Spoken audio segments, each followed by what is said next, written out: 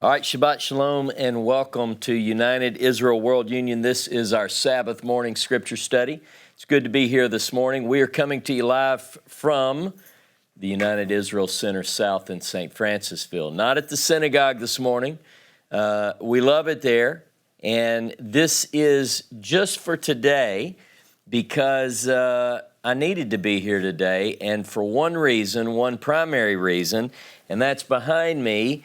We have the map, and it's going to work better to talk about what I'm going to talk about today with the map behind me, even if it's just there as a visual aid. It's because we're talking geography today. We're going to cover some things that are kind of difficult to cover anyway, and especially when we're dealing with things geographically, if you don't at least have a reference point. Now, I know most of you have wonderful Bible maps in the back of your Bible, so you can refer to those.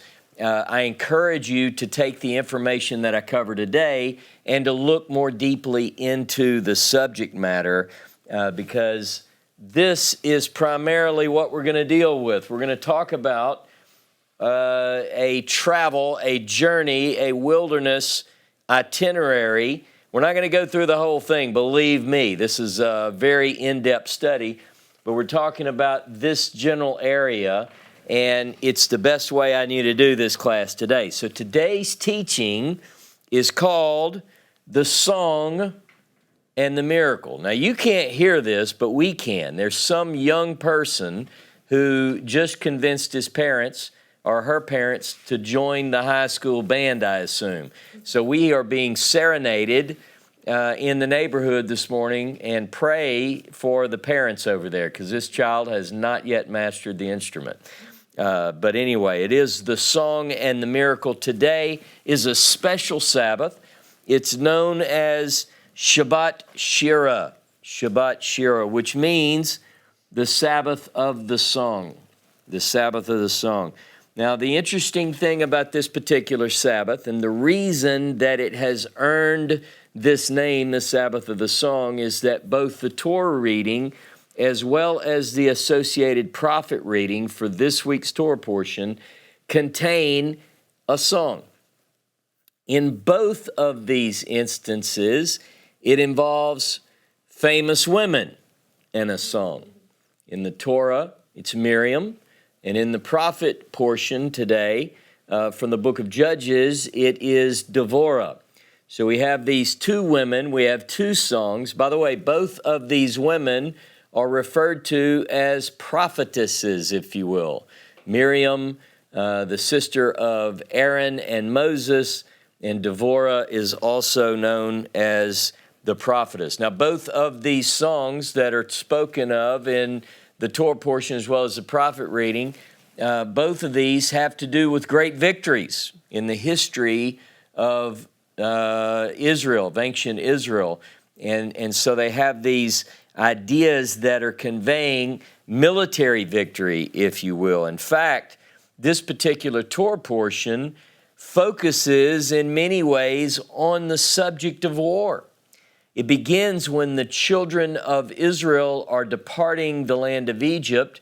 God is afraid to bring them the most, I shouldn't say it like that. God does not want to bring them the most direct route, lest the people fear, and when they see war and they return. And of course, the Torah reading ends with a battle against Israel's arch enemy, Amalek.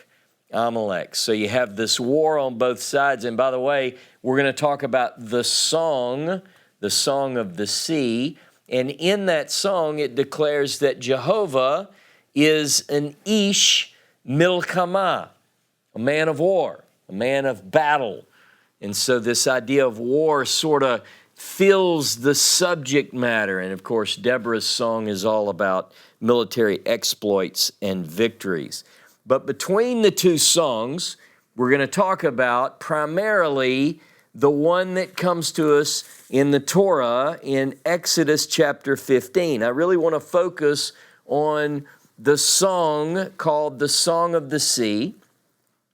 And within that song, I want to focus on a particular part. And I couldn't help last night but think about my upbringing in church. Now, some of you grew up like I did in church, and some of you, like I did, grew up in the Baptist church.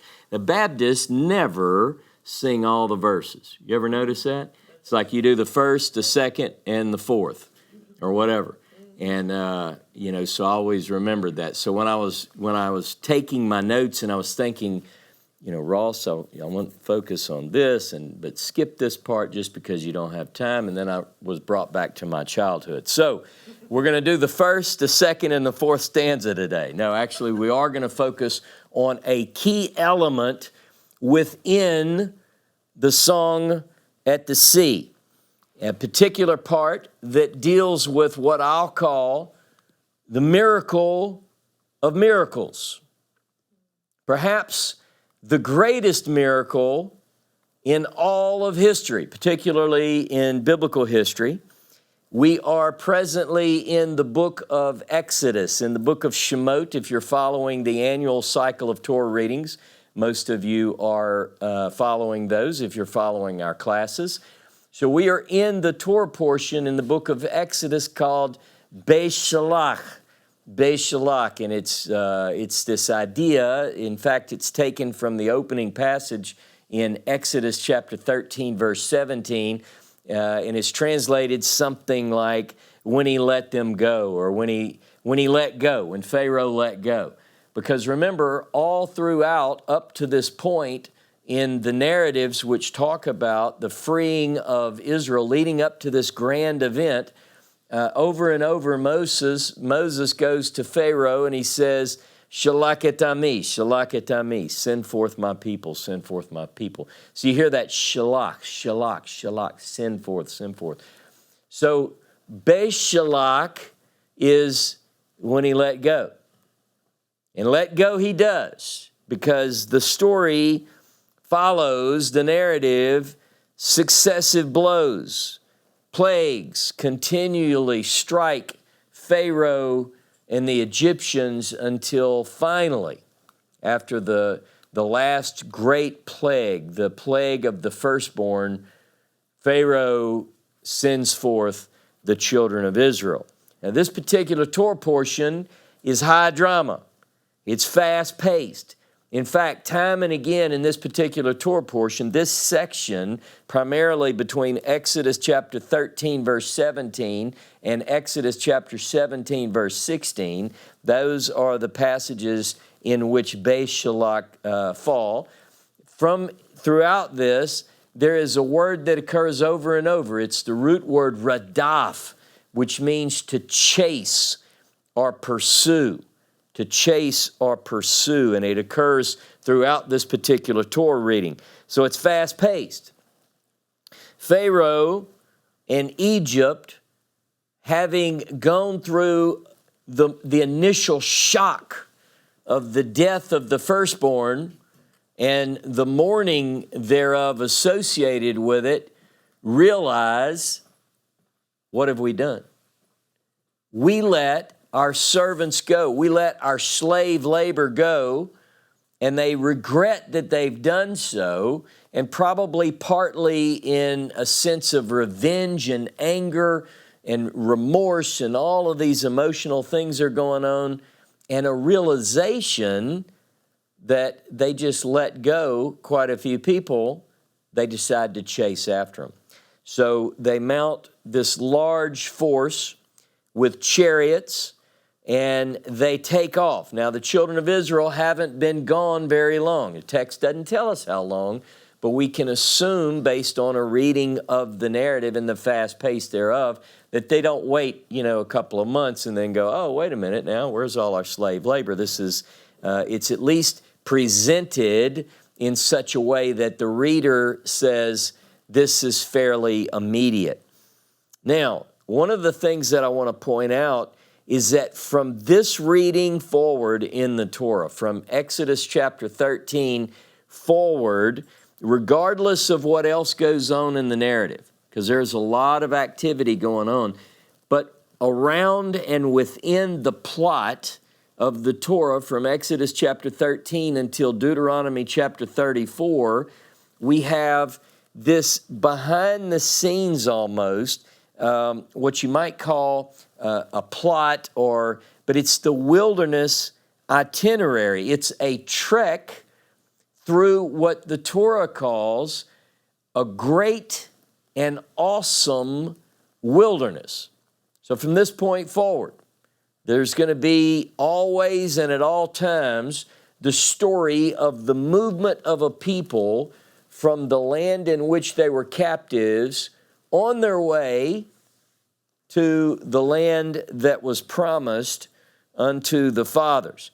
So basically what we're talking about is, we're talking about this area here in Egypt. This is generally called the Nile Delta, okay? And so there's a lot of different theories on the wilderness trek, but I just want you to understand that we're going as a group from this area, when we talk about Exodus chapter 13 forward in the Torah, into this area, and I'm going to be very broad and general, into this area, known today as the Sinai Peninsula. Notice I said that very carefully, known today as the Sinai Peninsula. And then somehow there is a crossing over into the eastern side of what we call the Jordan Rift.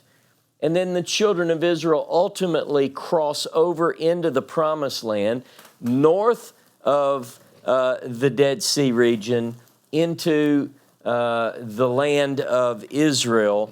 And so now what most people do, most people are fairly in agreement and have confidence in the starting point of the wilderness itinerary and the conclusion of the wilderness itinerary.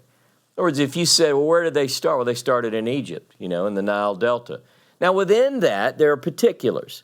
Were they in this particular? Where is Goshen? If you do some research on this, you'll discover some names. Some of the names are slightly different. The Bible doesn't speak about Avaris, but that's one of the common things that you'll find in some of the research and so forth. But beyond the beginning and the end of the journey, there's a whole bunch of details. There are lots and lots of details. Even if we just focused on the beginning and the end, there's some disagreement there. I mean, we have references in Micah that the last stage of the journey is referred to as from Shittim to Gilgal. So we can almost draw a straight line and say, this is where they crossed. I mean, it might be a few hundred yards this way, a few hundred yards. But beyond that, there's a lot of debate. There is a lot of disagreement, and this comes from people who are knowledgeable. I mean, this isn't like uninformed speculation. I mean, these are people, students and scholars and authorities who've spent a good portion of their life hashing this out. But beyond the beginning and the end, everything else, I think I can safely say, is hotly debated. It's hotly debated with claims and counterclaims. And look, I'm talking about people who have an interest in this subject matter. I'm not even including the debates that would involve those who don't believe that it ever happened, right? So I'm only talking about the debates within what we might broadly call believers or those who are interested in it, not detractors from the story. I'm excluding that whole group. There have been countless scholarly academic articles. There have been books, countless books, documentaries, magazines, newspaper articles, on and on and on. Everyone who is interested in the biblical story will at some point, in some time, at least in some way, be interested in how did this actually happen? Like for me, I can read something and believe, but there's a side of me that wants to know more. I want to know, like I see in some of these discussions, we'll just stick with this topic, people will draw a line on the map and say, this is what that looked like. But quite often, the lines don't match the terrain and the availability of the journey. In other words, could they actually do from here to here? Now, look, I know that there's one side of this equation. There are a lot of people out there who said, well, it's a miracle. You know, when I challenge certain people about, could you get from here to here, one person told me, look, the Bible says that God carried them like on wings of eagles. You know, so it's this miracle. Look, I believe in miracles. I'm not doubting miracles. But what I want to do is I want to look at the realistic side of things as well. We know there are miracles, but they didn't float. They didn't float from here to here. Anyone who reads the biblical narrative realizes that. I'll give you an example. By the way, this is one of my passions. Doesn't mean that I have all the answers. This is, and you don't even have to zoom in. I just want to, we'll see if it shows up. This is a fairly big map. And this is the wilderness itineraries. And if you notice, I'm looking at my own camera here. If you'll notice, there are lines drawn. Now, let me see if I can do this. You see all this squiggly in here? The red?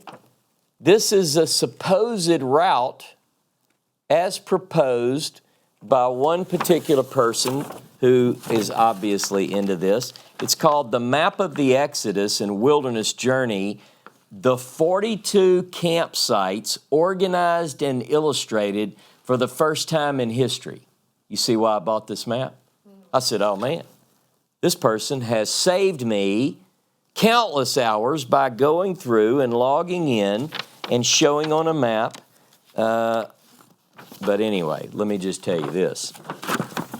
I've been in this wilderness, not all of it, and some of these lines won't work. They just simply won't work. Well intended, this particular person is clearly trying to find the way that the children of Israel went from point A to point B. So I get that.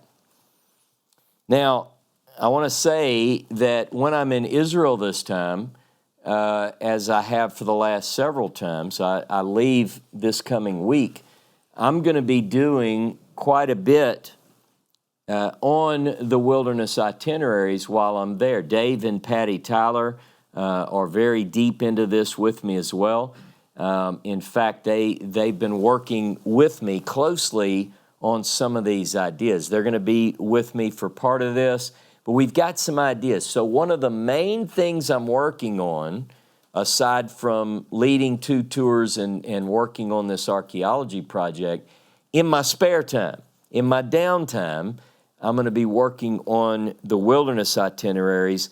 And what I hope to do is go live on location from time to time and tell you, here's where we are, open your Bible to this, and provide you with some teaching on the ground.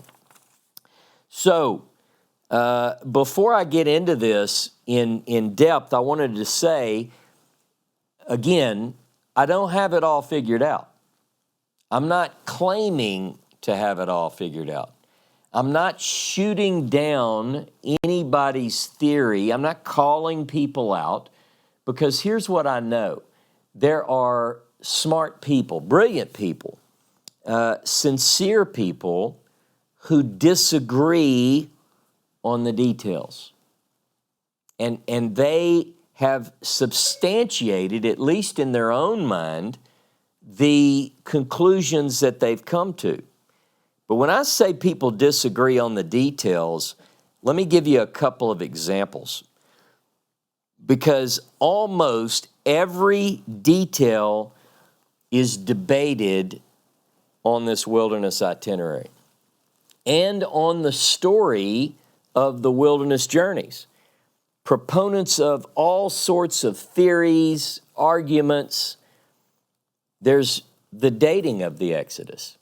I'm not going to get into all of these. I've got to keep my focus narrowed somewhat, but I'll just say there are several hundred years variation in different people's idea of when did the Exodus take place.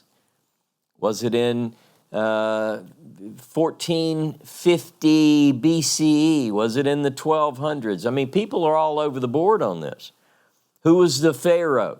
I mean, if you go to academia.edu and type in any of this that I'm talking about, you'll get a whole list of theories and counter theories. And so who was the Pharaoh? Who were the Israelites? You say, well, that's easy. The Israelites were the Israelites. Were they associated with the Hyksos? Was it a group that we know of in history by a different name?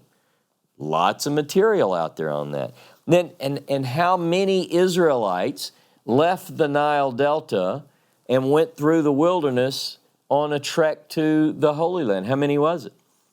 You know, in one text in the Bible, it says 600,000, sort of round number, but in a couple of places it's very specific. It mentions 603,550 males. Now, you tack on women, children, and so forth and so on, you're looking at 2.5 million people. And then that's sort of the maximalist view, where somebody goes, oh, it says 603,550 males. That's what it is. It is what it is. But there are other brilliant people who've said, do we have to say that the word aleph, which is translated in various forms of the word aleph, the root word aleph, various forms, does it mean 1,000 or does it mean a clan? So there's a difference. If it's 603,000, that's a lot. If it's 603 clans, which could still be tens of thousands, but not hundreds of thousands, you see. So people debate that. And you say, well, you know, which one is it? Now, the fundamentalist side of the argument says, they hold up basically like an English King James Bible, and they say, if it says 603,550 males, then that's what it was. And I'm not making fun. Maybe I shouldn't have used my accent like that. But it could be, but it could also mean something else. Maybe the English doesn't actually represent what the Hebrew is suggesting. And then, of course, there's the location of Sinai and Horeb. Look, people are getting fistfights over this. Hopefully not quite, but there's some very heated arguments over Sinai. Is Sinai generally in this region here? Is it at the southern tip of what's called the Sinai Peninsula? You know, is it here? Or is it over in Saudi Arabia? Now, a lot of people are going, yeah, that one, because I saw a video on it. All right, so look, these people, in fact, this is a whole class in and of itself. I'll tell you this, there are at least 15 solid contenders for the location of Horeb or Sinai. And look, every one of these, there's a book on all of them. I think I have most of those books in my library. So there's a lot of disagreement. Where is Kadesh Barnea? It's another important point. I mean, this is a major place in the wilderness itineraries, Kadesh Barnea. And then there's another question that rises. Are there more than one Kadesh? Is there a Kadesh Barnea, and is Kadesh Barnea the same as that which is called Kadesh? It seems to appear at different places in the wilderness itinerary. What about the location of the place where Aaron dies? Aaron dies and is buried at a place called Hor, H-O-R. Is that on the west side of the Jordan Rift or the east side of the Jordan Rift? There are proponents of both. Let me ask you something interbiblical. Is it called Mount Hor, or is it called Moserah, as it's referred to in Deuteronomy chapter 10 and verse 6? Deuteronomy 10:6 doesn't say he died and was buried on Mount Hor. says that he died and was buried at Moserah. So the question becomes, are those the same, perhaps different names for the same location? And it could be. But all of these are questions that come up. Now, I wanted to talk about, I held this map up, and the map is still valuable. It contains some good information. I don't believe that they did the spaghetti journey that's demonstrated on this map, but it does have some that I would agree with. See, I'm in the middle of this debate. And this person who made this wonderful map put a lot of work into it. I'm not ridiculing it. He got my however much money it was. But here's the thing. What this person is trying to do is they are trying to take and put on the map, based on a reading of the Scripture, 42 stations, 42 stops along the way. Now, where do we get that? The book of Numbers, Bamidbar. Bamidbar doesn't mean numbers, it means in the wilderness. Bamidbar, the book of Numbers, the fourth book of the Torah, contains in chapter 33 a list. According to the Torah, Moses recorded the stops. Literally in the Hebrew, it's the pulling out, like the pulling up of stakes. Because they're in tents, right? So they set up, they pull the stakes, and they go to the next stop. Go with me to Numbers 33. I want to kick us off here.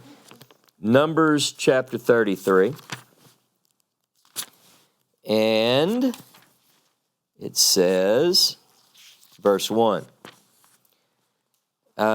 these are the journeys of the children of Israel. These are the journeys.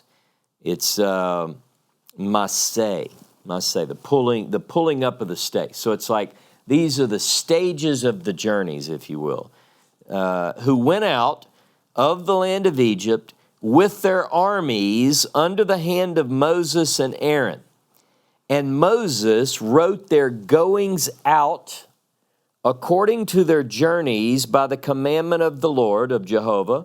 And these are their journeys according to their goings out. So what's following is a list of that locations along the way, which is what this gentleman or this lady, I don't know who put it together.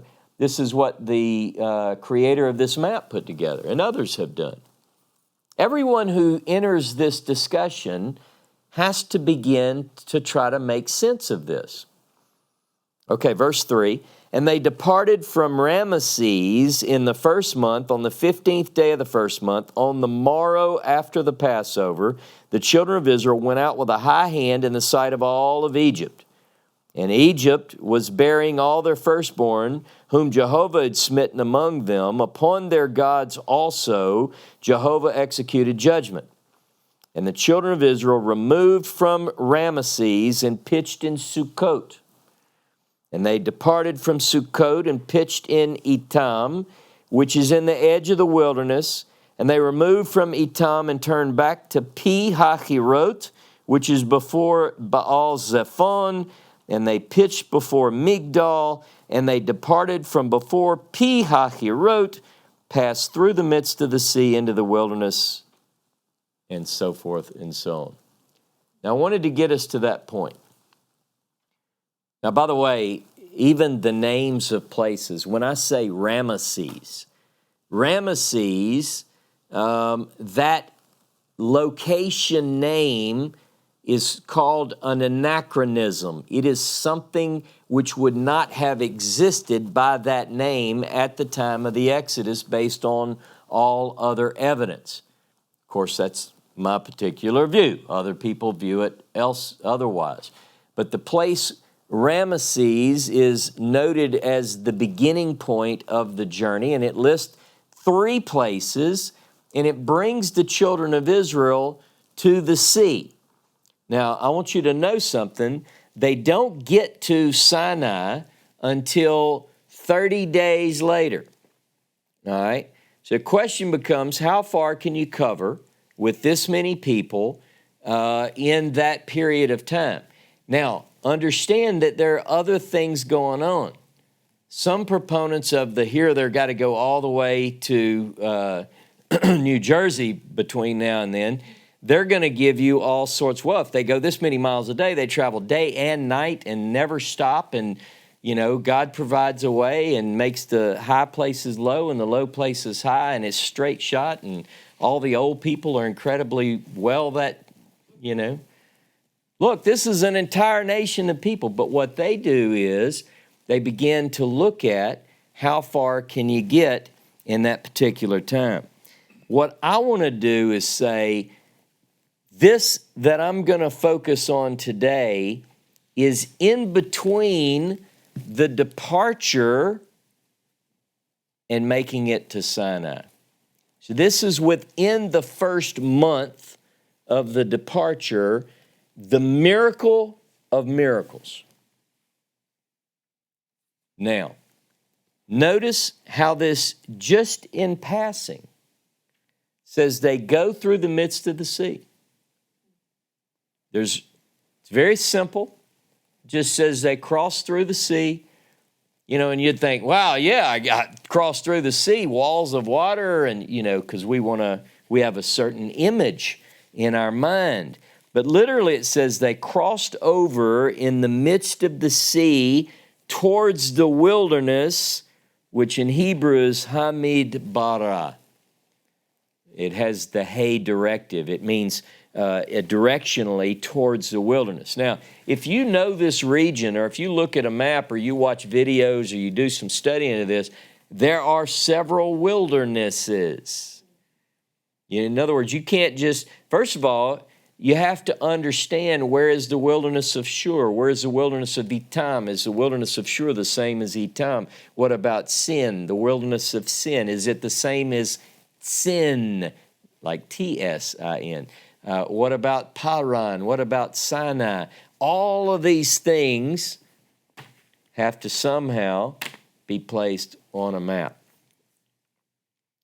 It says they passed through the sea. So one of our first questions is this. You ready? What sea? What sea? Now, a lot of people say, well, we have to wonder what wilderness. That's true too. That's true too. But we have to, in the context of the story, we want to read things in context. Look at, what does Exodus tell us? Does Deuteronomy talk about it? Sure. Do the Psalms talk about it? Let's get all the facts assembled. Let's get all the narrative, all the poetry, all the prose, P-R-O-S-E, prose. Let's look at everything we can find in the biblical literature that talks about this and look for clues, right? So how soon after the departure from Egypt do we encounter the episode at the sea? You look at it, all right? So here's what I want to talk about today. I'm asking a question, and I may not even come up with a definitive answer to your satisfaction. In fact, I'm probably just going to put some points out there and let you think about it, because I will be talking about the wilderness itineraries live from the wilderness. I want to go where Dave and I went on some of our trips and stand in some of those wadis and have maybe somebody point the camera down to me and show you the vast wilderness, which is just like this deep, deep ravine, and say, can you get there from here?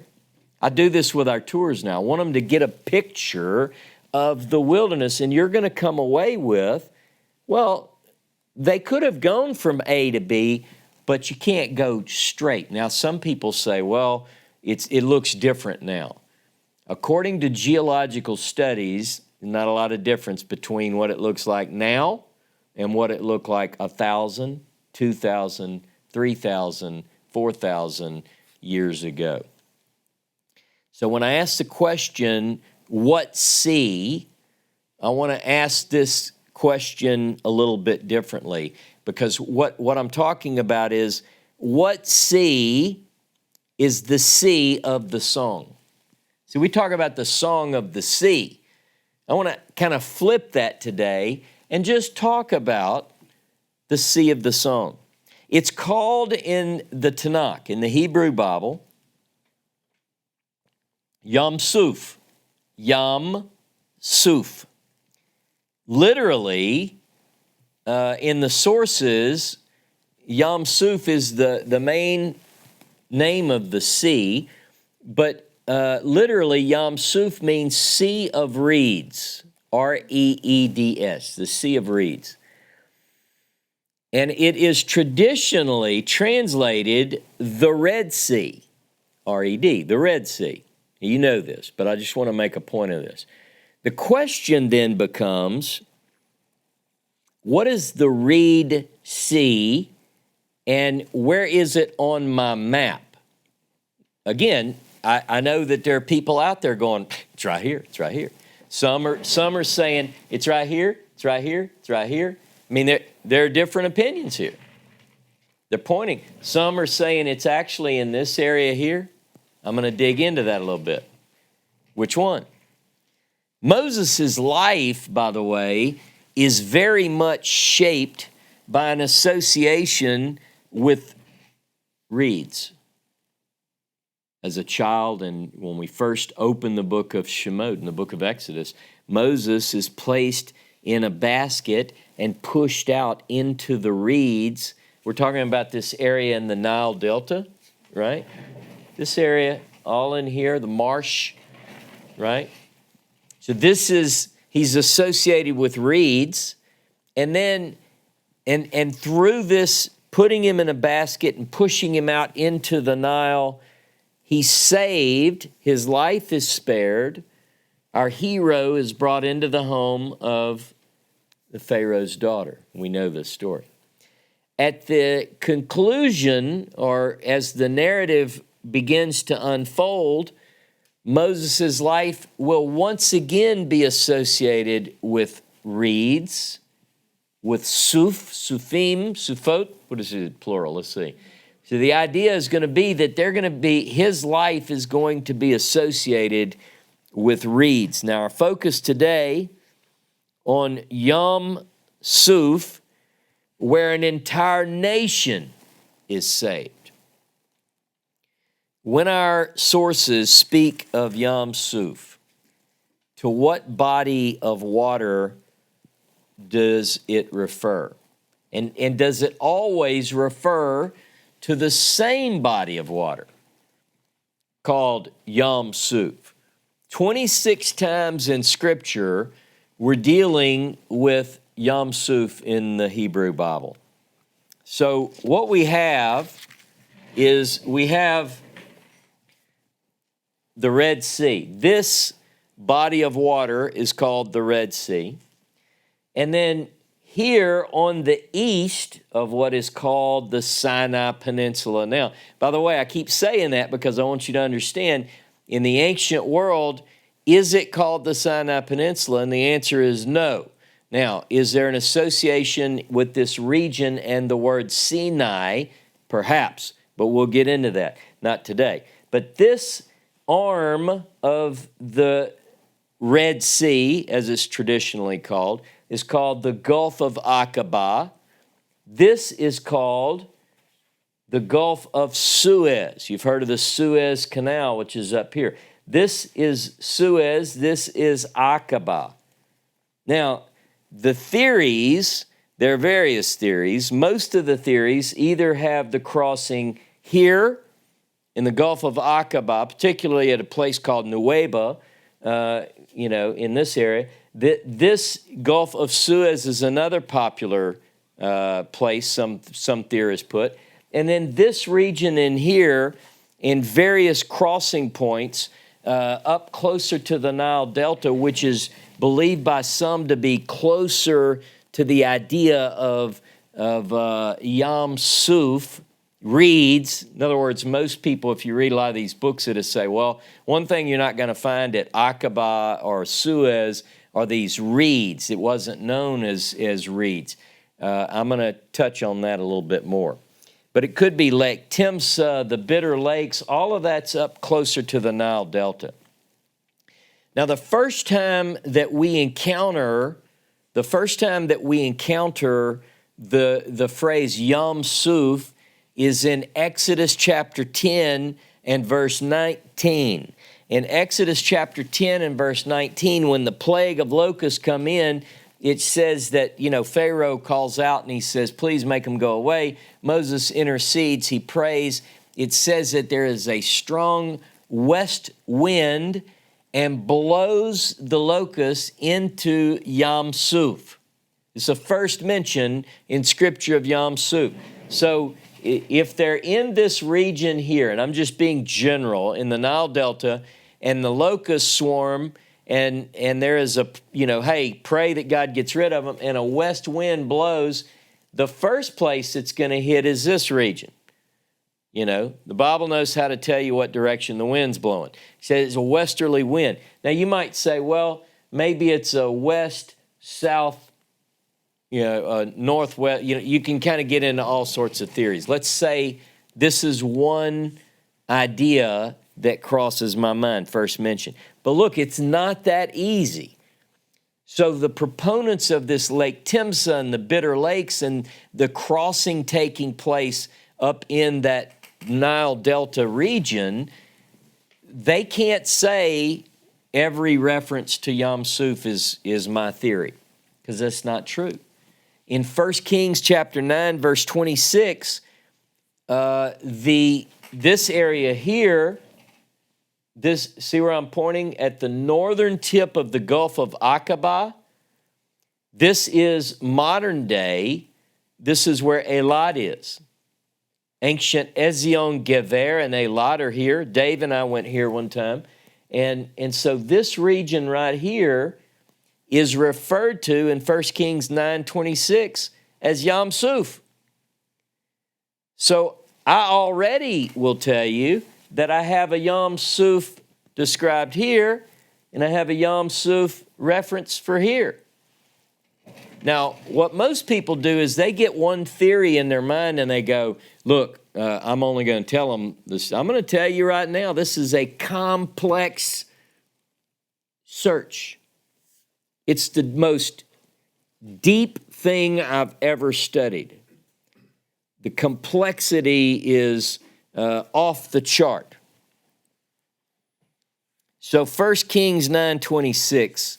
So I've got a couple of different, and they're spread apart. The narrative has to provide us with clues.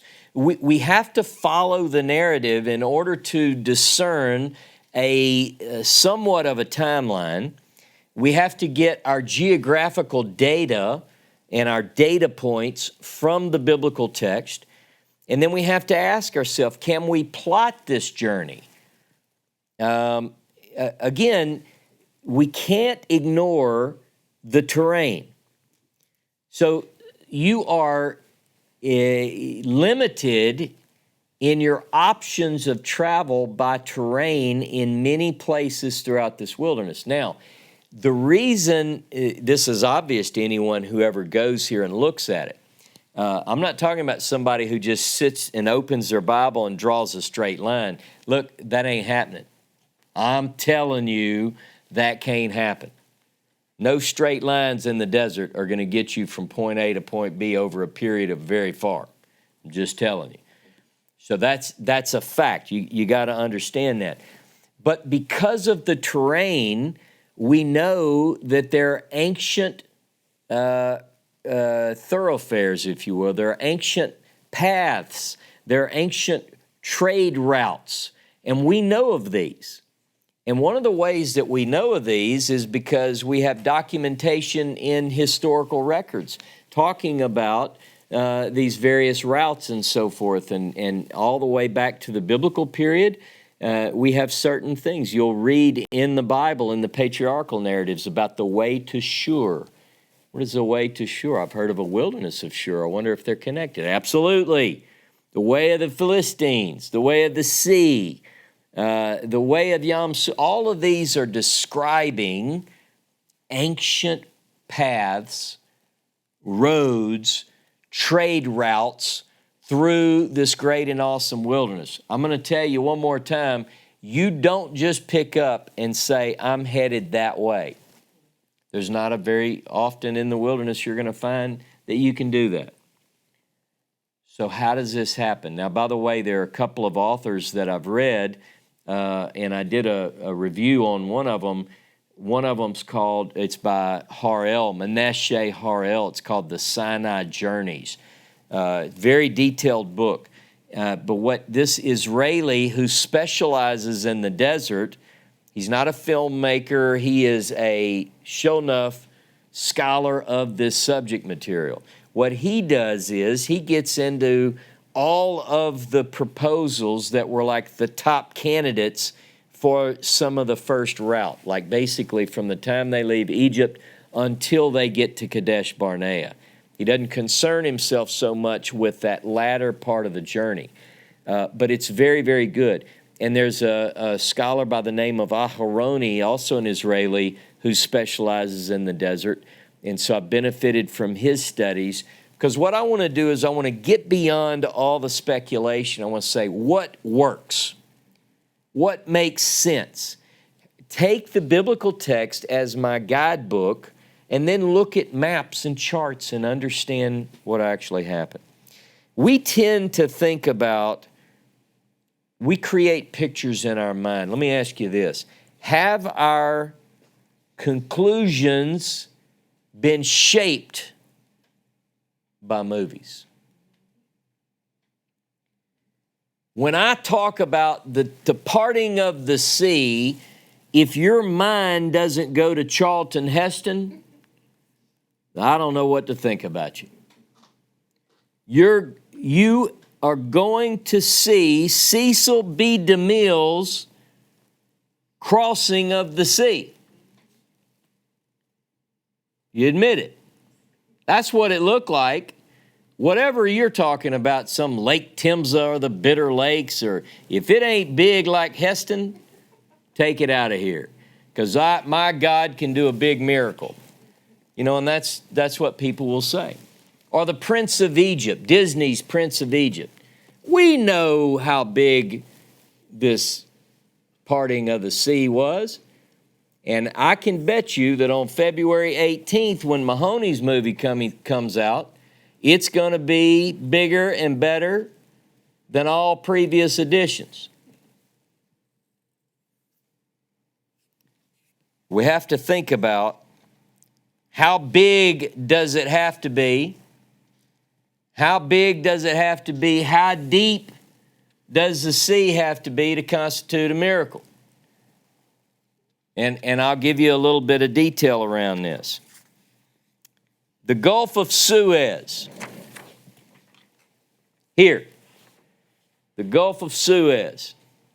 It's about 195 miles long at its longest point from the extension of the arm. About 195 miles long. It's about 20 miles wide. A maximum depth. Right here, Gulf of Suez, maximum depth according to what I can find on my studies. And I'm not giving you precise. There are precise. You can get geological, you can get the charts and so forth. Marine charts about actual depth. 230 feet maximum depth. 230 feet. That's pretty deep, right? Now, it's got an average depth of 130 feet. That's pretty deep. Now, would that satisfy you? You want something deep? That's pretty deep. Because the Bible describes poetically that the water separated, and various words are used, by the way. It's separated. We don't know how wide the walls were apart, but in the Hebrew, it's described as walls. Now, again, go back to your movie. In the movie, a wall of water, you could walk up and go, bloop, poke your finger through, grab a fish and bring it back out. That's what it's even, there's even some poetic language in the Bible about congealed So there are all sorts of rabbinic legends and so forth, but the idea is you're walking along. Now let me tell you, I'm not a big fan of water, by the way. I'd be terrified. Somebody had to drag, I guess the Egyptians behind me would make me go through, but 100 and some, now I'm not even considering, let's say it had to push apart a mile, how tall would that be? Okay, so that's one. That ain't nothing. Now let's talk about the Gulf of Aqaba. Here, the little one. The Gulf of Aqaba is about 99 miles long at its greatest length, from the Red Sea to the northern tip at Eilat and Ezion Geber. 99 miles in length. It's about 15 miles wide at its maximum width. And it's got a maximum depth, get this, 6,000 feet. That's deep. Is that deep enough for you? That's deep. Now, most proponents of this crossing, and again, look, people can say, and I'm not making fun. I'm not saying it couldn't happen there. Could God split a 6,000-foot sea? You betcha. You betcha. That's not the point here. But I want you to get a picture. Gulf of Suez is going to give you a divided water. That's 130-foot average depth. Here you're talking about thousands. It's real deep. Now, you'll hear people talk about there is a land bridge that possibly was where they crossed. A land bridge. So they didn't have 6,000 feet of water. So what they say is at a point called Nuweiba, there's a land bridge. Now the distance across roughly from Nuweiba to Saudi Arabia, where they want to put Sinai on the east side of the Gulf of Aqaba, what they say is that this land bridge, it crosses a region about 8 miles, this land bridge does, and it's only about 320 feet deep. You know, so the water could have parted there. And there is a bridge there, according to these people, and it would have been 300 and some odd feet. The question becomes, can you get to Nuweiba? And we won't have time to go all into this today, but I want you to think about, can you get there with everything going on in the narrative in time, according to the narrative? Now, go with me, now that you kind of have a little bit of a understanding of the different locations. I want you to go to the book of Exodus chapter 14. And I'm just going to pick certain places to read. Mitzrayim, Egypt pursued after them. Verse 9, Exodus 14:9. Mitzrayim, Egypt pursued after them all the horses and chariots of Pharaoh and his horsemen, his army, and overtook them encamping by the sea. It's pretty quick into the narrative. Question I want you to ask yourself is, where? Around these upper lakes, which are called Yam Suf, because in the Hebrew it says Yam Suf, or at the Gulf of Suez, Yam Suf, or at the Gulf of Aqaba, all the way across, a couple of 100 miles across, right? This is quick, all right? Beside Pi Hachirot, before Baal Zephon, when Pharaoh drew near, the children of Israel lifted up their eyes, and behold, Egypt marched after them, and they were very much afraid. The children of Israel cried out to Jehovah, and they said to Moses, because there were no graves in Egypt, hast thou taken us away to die in the wilderness? Why have you dealt with us like this to carry us out of Egypt? Is not this the word that we did tell you in Egypt, saying, leave us alone, that we may serve Egypt? For it had been better for us to serve Egypt than that we should die in the wilderness. And Moses said to the people, fear not. That's my Moses voice. Stand still and see the salvation of Jehovah, which he will show you today. For as you have seen Egypt this day, you shall not see them any more ever again.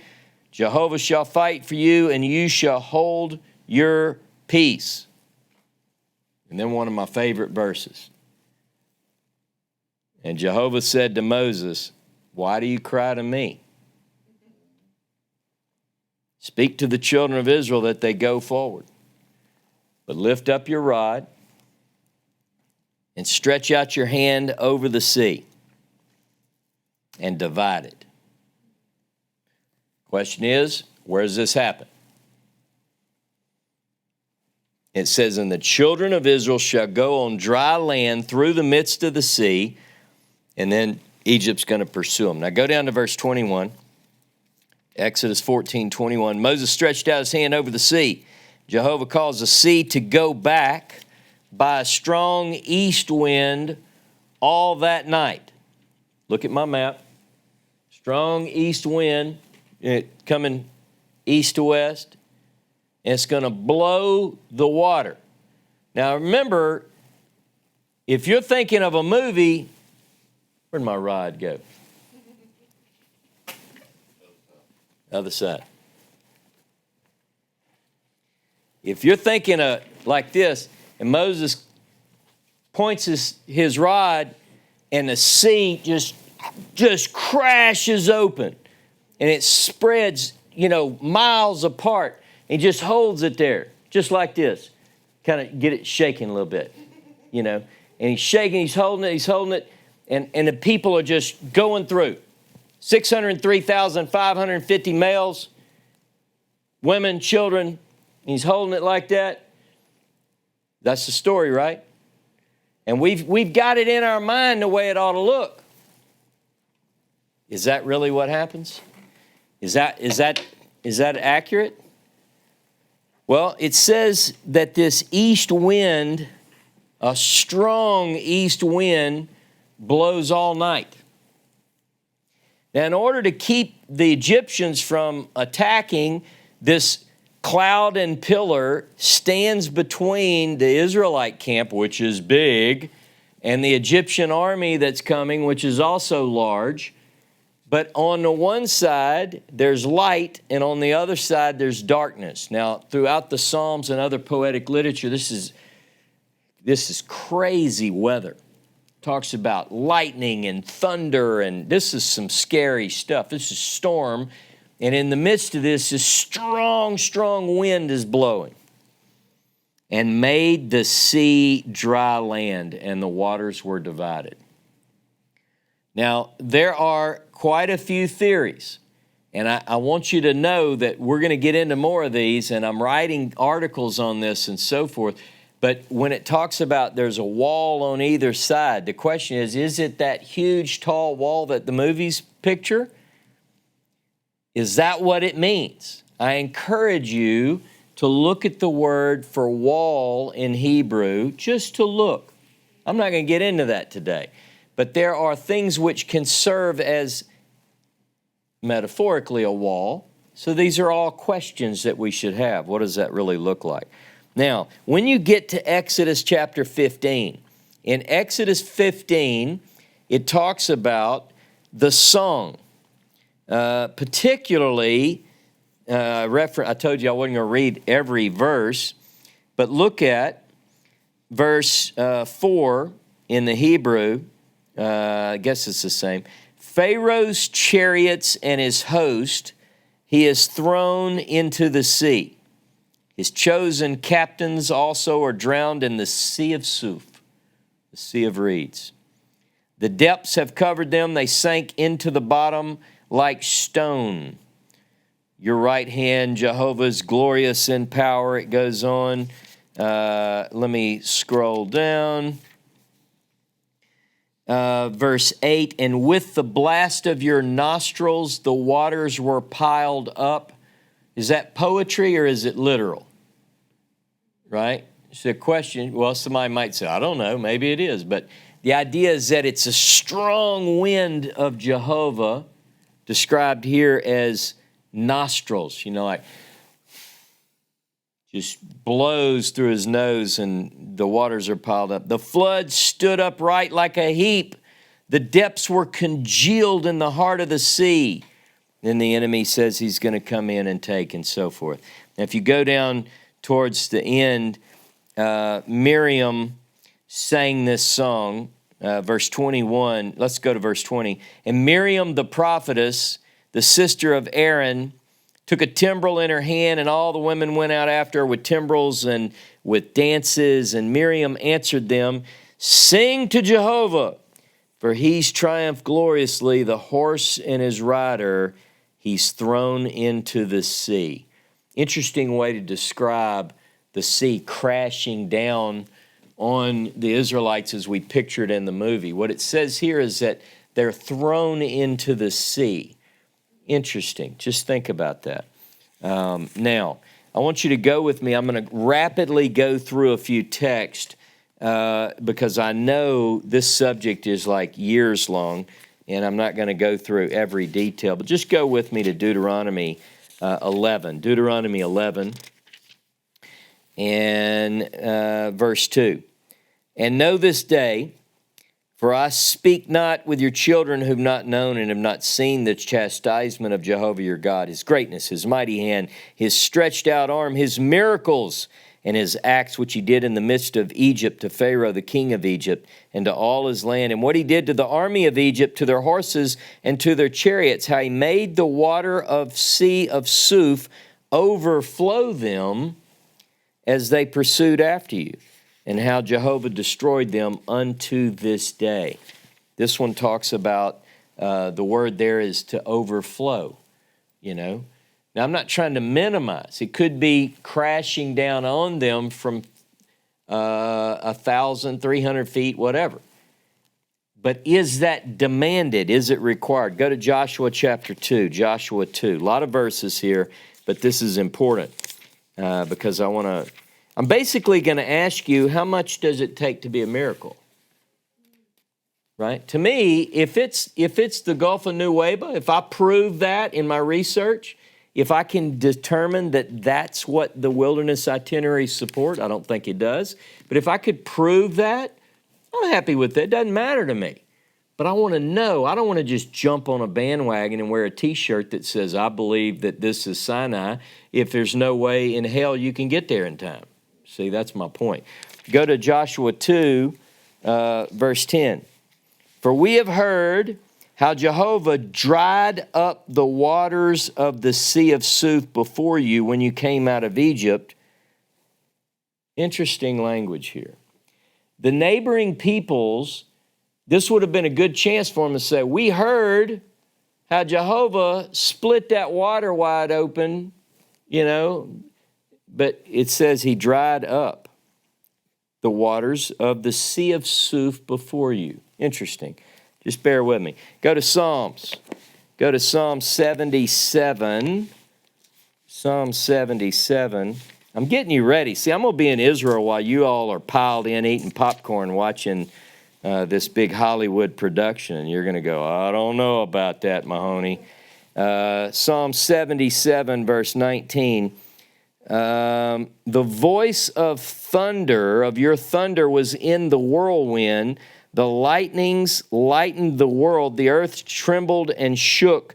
Your way was in the sea, and your path was in the many waters, and your footsteps were not known.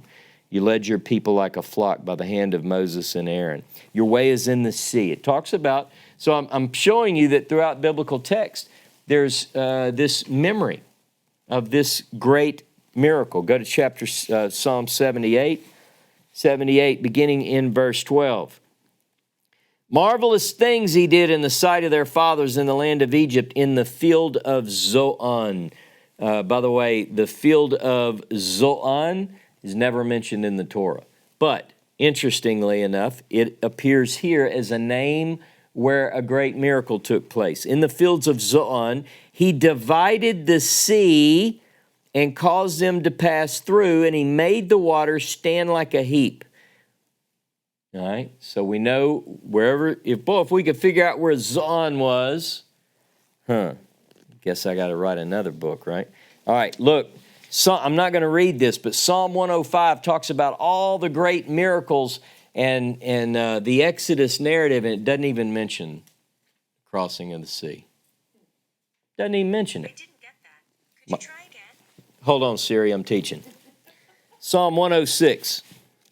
Siri sometimes helps me. Sometimes late at night, if I'm talking or I'm taking notes or, you know, I do this and Siri come back, I always want to know what she found, you know. It might be something good. So Siri's my friend. Psalm 106, verse 7. Our fathers in Egypt paid no heed to your wonders. they did not remember the multitude of your deeds. Try again. Hold on. I don't understand. Now she's getting on my nerves. Watch, she's going to say, come get me. Psalm 106, verse 7, our fathers in Egypt paid no heed to thy wonders. They did not remember the multitude of your deeds of loving kindness. They rebelled against thee at the sea of Suf. But he saved them for his name's sake, and he might make known his majesty. He might make known his mighty power. He rebuked the sea of Suf, and it was dried up. Dried up. See the language here? So he led them through the depths. Oh, there you go. It's got to be deep, right? As through the wilderness, he saved them from the hand of him that hated him, redeemed them from the hand of the enemy, and the waters covered their enemies. There was not one of them left. Then they believed his words. They sang his praise. And that's the way the song is. It tells a story of the destruction of the enemy and the singing of the song. Psalm 136. See, I can go quickly through these, and I'm only hitting a few, by the way. There are lots. To him who divided the sea of Suf asunder, for his steadfast love endures forever, and made Israel pass through the midst of it, for his steadfast love endures forever, but overthrew Pharaoh and his host in the sea of Suf, for his steadfast love endures forever. Now, one more text that I'd like you to go to, and that is in the book of Nehemiah chapter 9. Nehemiah 9 and verse 9. Nehemiah 9, verse 9. Okay. And you did see the affliction of our fathers in Egypt, and you did hear their cry by the sea of Suf, and did show signs and wonders on Pharaoh and on all his servants and on all the people of his land. For you did know that they dealt arrogantly against them, so did you make for yourself a name as it is this day. And you did divide the sea before them, so that they went through the midst of the sea on the dry land. And you did throw their pursuers into the deeps like a stone into the mighty waters, and so forth and so on. So we have various ways to describe the parting of the sea and the journey through. There are mentions of drying up, like the strong wind and it dried up. One thing that's a miracle is it says that they crossed over dry shod. Whether it's a puddle or 1,000 feet of water. I live in Louisiana. We get a lot of rain here, but this idea that it's totally dry. All right, so the question becomes, how deep does it have to be a miracle? And if it's not Charlton Heston, does that negate the story? Mark said, yeah, it's got to be. All right, that's it. No, I'm joking. But the idea is you have to ask the question. Now, to many people, the answer is it's got to be that big. All right, look with me. Psalm 66. Psalm 66. And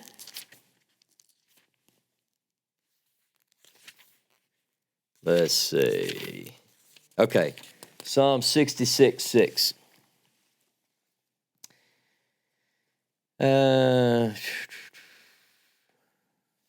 Okay.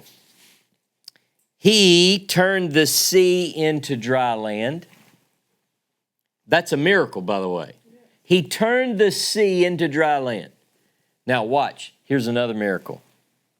And they went through the river on foot. And they went through the river on foot. What's this talking about? It's a miracle.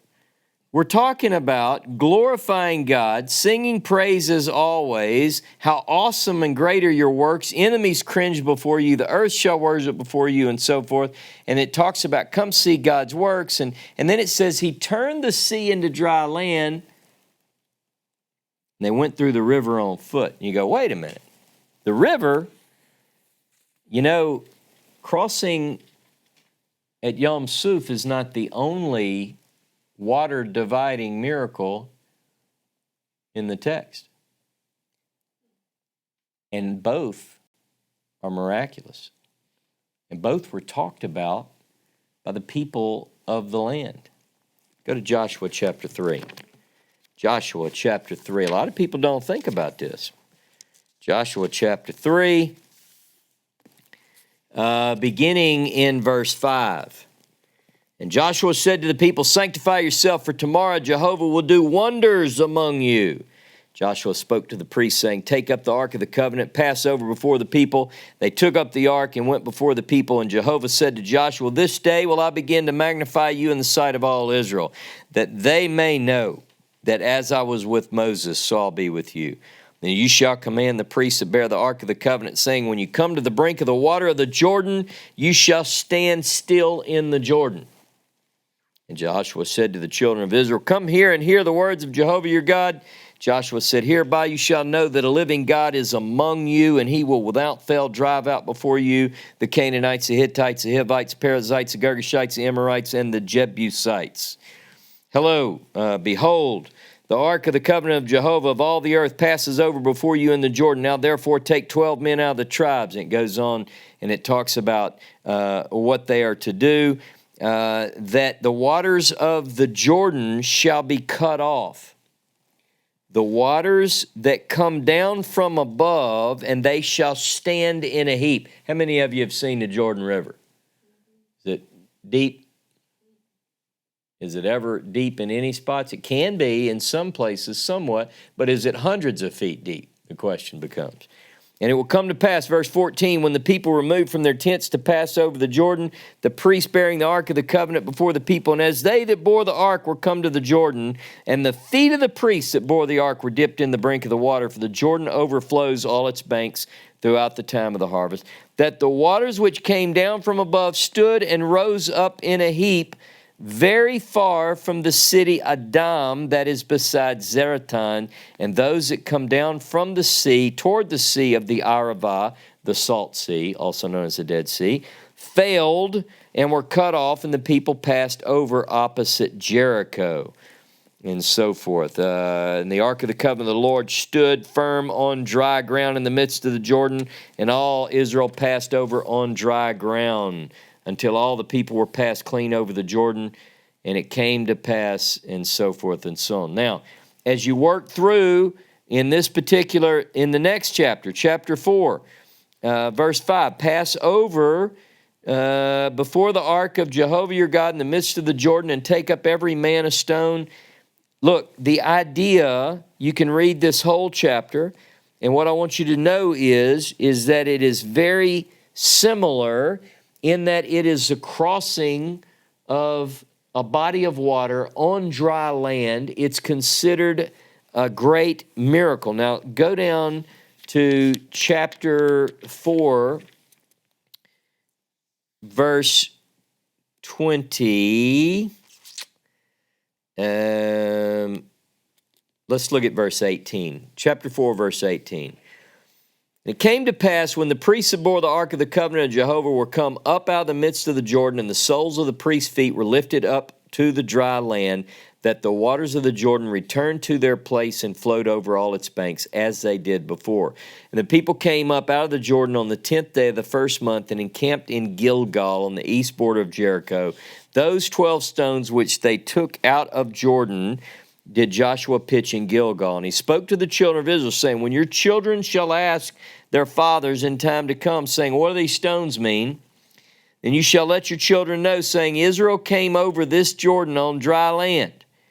For Jehovah your God dried up the waters, same language, of the Jordan from before you until you were passed over, as Jehovah your God did to the sea of Suf, which he dried up before us until we were gone over, that all the people of the earth might know the hand of Jehovah, that it is mighty, that you might fear Jehovah your God forever.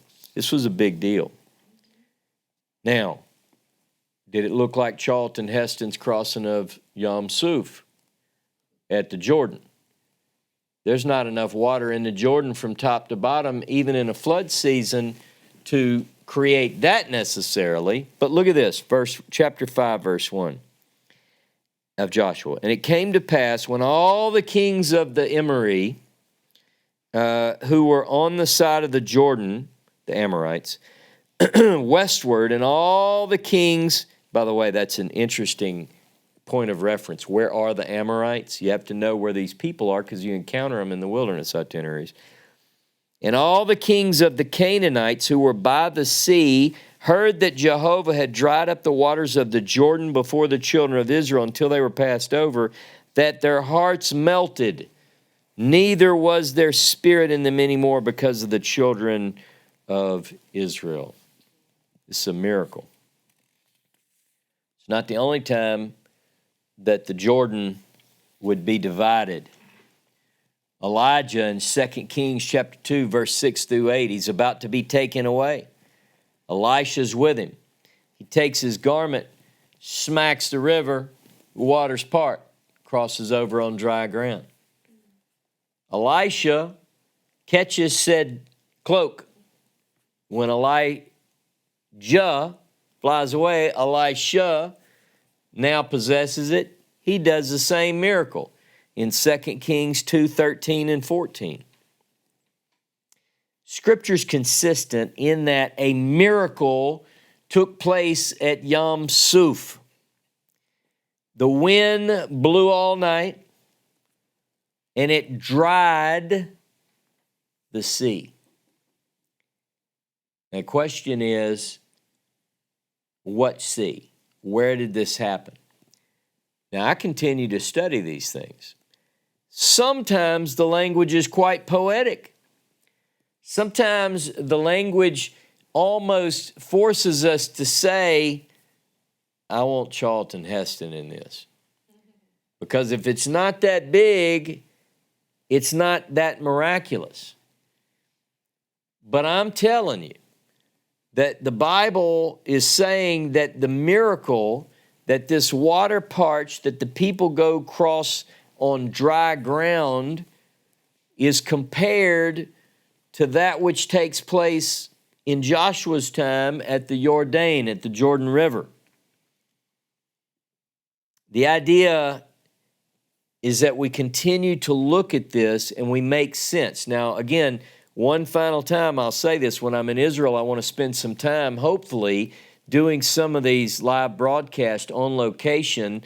I do plan to go to the Gulf of Aqaba just to kind of give you a picture of it, to go live there and talk about this very thing. How deep is it? Where are we at? Look at the map. Think about it. Now, I did want to finish up with one passage. I want you to go with me to Isaiah 63. Isaiah 63. And I want to begin in verse 7. Isaiah 63, 7. I will mention the acts of Jehovah's faithful love and the praises of Jehovah according to all that Jehovah has bestowed on us and the great goodness toward the house of Israel, which he bestowed on them according to his mercies and according to the abundance of his faithful love. For he said, surely they are my people, children that will not lie. And so he was their deliverer. In all their affliction he was afflicted, and the angel of his presence saved them. In his love and in his pity he redeemed them, and he bore them and carried them all the days of old. But they rebelled and vexed his Holy Spirit. Therefore he was turned to be their enemy, and he fought against them. Then he remembered the days of old, Moses and his people, saying, where is he that brought them up out of the sea with the shepherds of his flock? Where is he that put his Holy Spirit within them? that caused his glorious arm to go at the right hand of Moses, dividing the water before them to make himself an everlasting name, that led them through the deep like a horse in the wilderness, that they should not stumble. Like cattle going down into a valley, the Spirit of Jehovah gave them rest. So you did lead your people to make yourself a glorious name. One of the things that's real important as we get into the nitty-gritty details about the miracles and how we envision that they have to be, one thing that we should never forget, it's that throughout all of these miraculous events, whether they happened in the Nile Delta or in the Suez or in the Gulf of Aqaba, whether it's the drying up of deep marshes so that millions of people could cross through, whether the sea splits with a wall as tall as the Empire State Building, don't forget that it was God's Spirit who guided his people to salvation. And don't forget, they grieved his Holy Spirit. Regardless of what sight you prefer as the crossing of the sea, be sure that you're walking with God and that in every way we strive not to grieve the Holy Spirit. So I look forward to going live from the desert.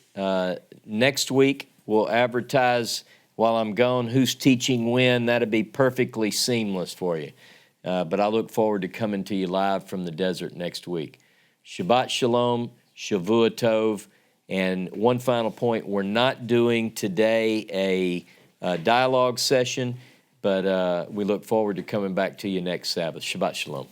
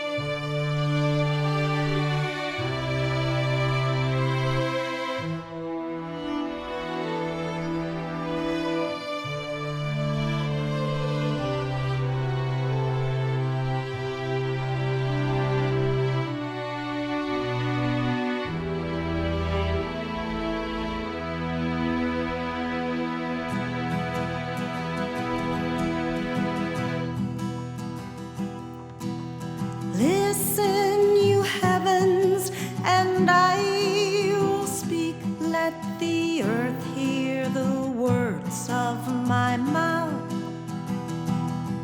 For they will fall as rain from the sky, and as dew on the grass they will lie. For I will proclaim the name of Yahweh and tell of what rightly is his. For his works are faithful.